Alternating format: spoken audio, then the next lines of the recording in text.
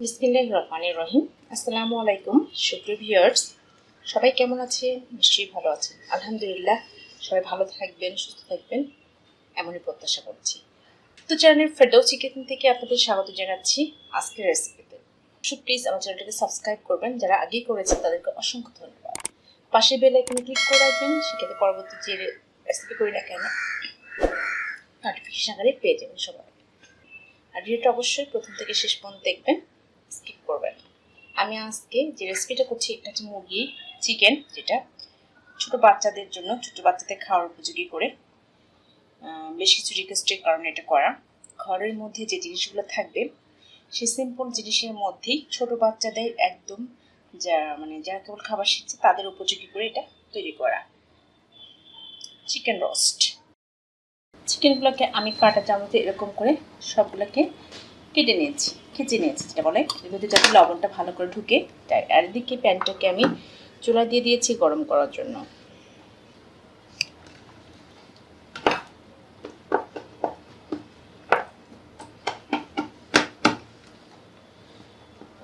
এদিকে প্যানটা গরম হতে থাকবে, তার মধ্যে আমি তেলটা দিয়ে দিব।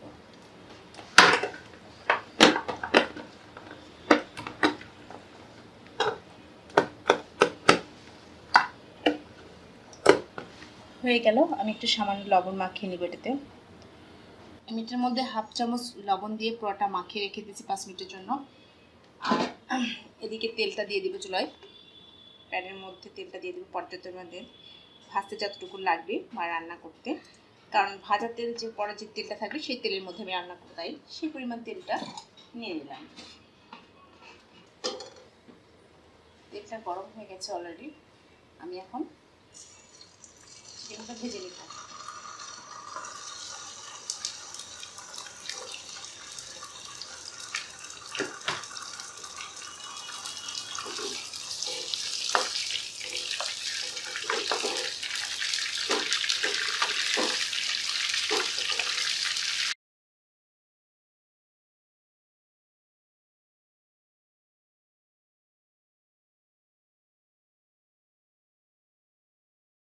আমার প্রায় ভাজা হয়ে গেছে, হালকা করে ভেজে নিয়েছি দেখো।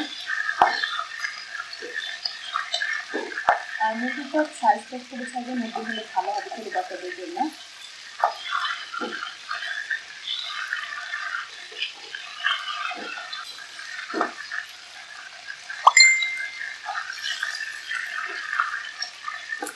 হালকা করে ভেজে নিয়েছি, সবগুলো তুলে নিচ্ছি।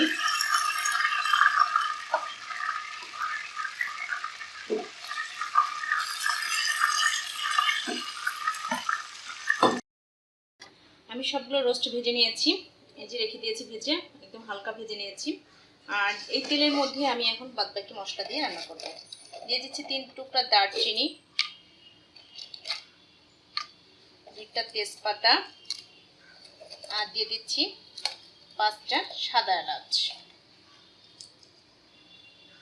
যেহেতু ছোট বাচ্চাদের জন্য করা, এর জন্য তাদের মতোই সিম্পল মশলা দিয়ে এটা করব। মশলাটাকে একটু ভালো করে ভেজে নিব যেন মশলার গন্ধটা না হয়, এই কারণে আমি মশলাটা ভেজে নিচ্ছি। তেজপাতা, দারচিনি আর হচ্ছে সুন্দর একটা স্মেল বের হয়ে গেছে। আমি এখন দিয়েছি এখানে 5 থেকে 7টা পেঁয়াজ আমি বাটে পেস্ট করে রেখে দিয়েছি, এখন সেই পেস্টটা দিয়ে দিচ্ছি। আপনি গ্রেভিটা কেমন করবেন তার উপর ডিপেন্ড করবে আপনি পেঁয়াজটাকে কেমন দেবেন।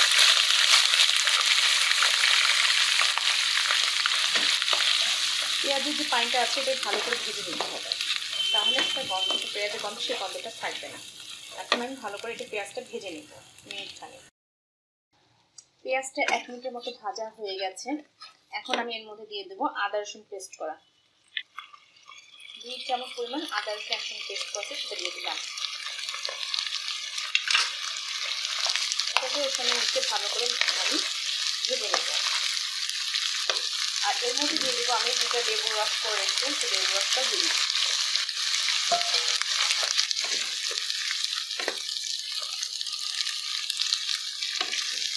এখন একটু ভালো করে মিক্স করে নিব, মশলাটাকে ভালো করে কষিয়ে নিব। এর মধ্যে দিয়ে দেবো এখন পরিমাণ মতো লবণ, কারণ আমি রোস্ট ভাজার সময় একটু লবণ দিয়ে দিচ্ছিলাম, এর জন্য অল্প দিব, হাফ চামচ, পরে লাগলে সেটা আমি দিতে পারবো। এটা একদম সিম্পল, বাসায় যে মশলাগুলো ছিল যা আছে তাই দিয়ে বাচ্চাদের উপযোগী করে রান্না করা। ভিডিওটা অবশ্যই প্রথম থেকে শেষ পর্যন্ত দেখবেন। আর যে যারা নতুন আমার চ্যানেলে তারা অবশ্যই সাবস্ক্রাইব করবেন, আর যারা আগেই করেছেন তাদেরকে অসংখ্য ধন্যবাদ।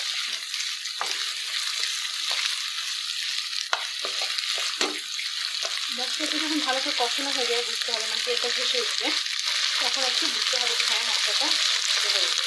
অলরেডি তেলটা ভেসে উঠেছে। এখন আমি এর মধ্যে দিয়ে দেবো, যেহেতু ছোটো বাচ্চাদের কথা বারবার বলছি, আমি এখানে হাফ কেজি পরিমাণ দুধ নিয়েছি, সেই দুধটা দিয়ে দেবো। এটা যখন একটু বলক উঠলে আসবে তখন আমি এর মধ্যে রোস্টটা ঢেলে দেবো।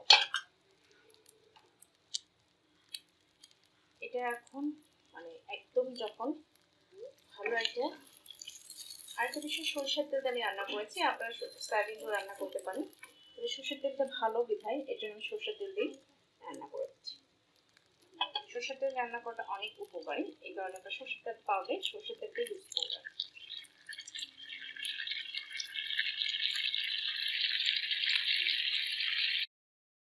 অলরেডি বলক চলে আসছে বা পানিটা উঠলে উঠেছে, এখন আমি রোস্টগুলো দিয়ে দিব। আস্তে আস্তে দিব যেন সবগুলো সুন্দর করে সেটিং হয়।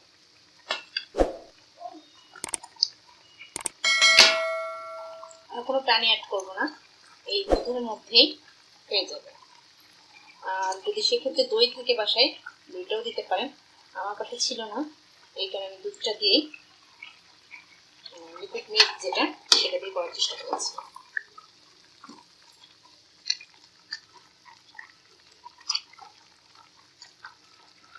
আমি যেহেতু এর মধ্যে জিরা গুঁড়াটা দিই নাই, এখন জিরা গুঁড়াটা উপর দিয়ে দিয়ে দিব।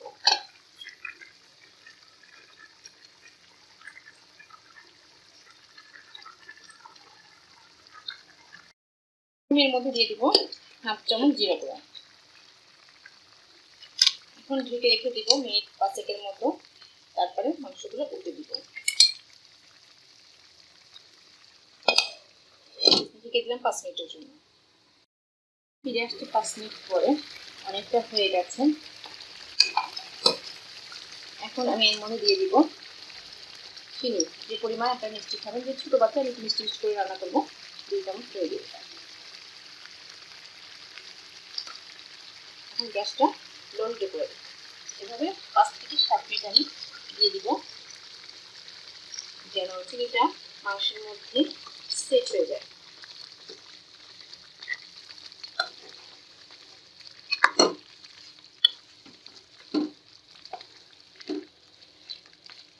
মাখো মাখো গ্রেভি হবে, খেতে সুস্বাদু হবে, বাচ্চারা এমনিতেই খেতে চাইবে।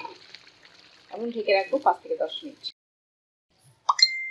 শেষ হয়ে গেল আমার রোস্ট রান্না করা চিকেন দিয়ে বাচ্চাদের জন্য। আমি শেষ হয়ে গেছে, আমি এখন ব্রেডটা সার্ভ করব।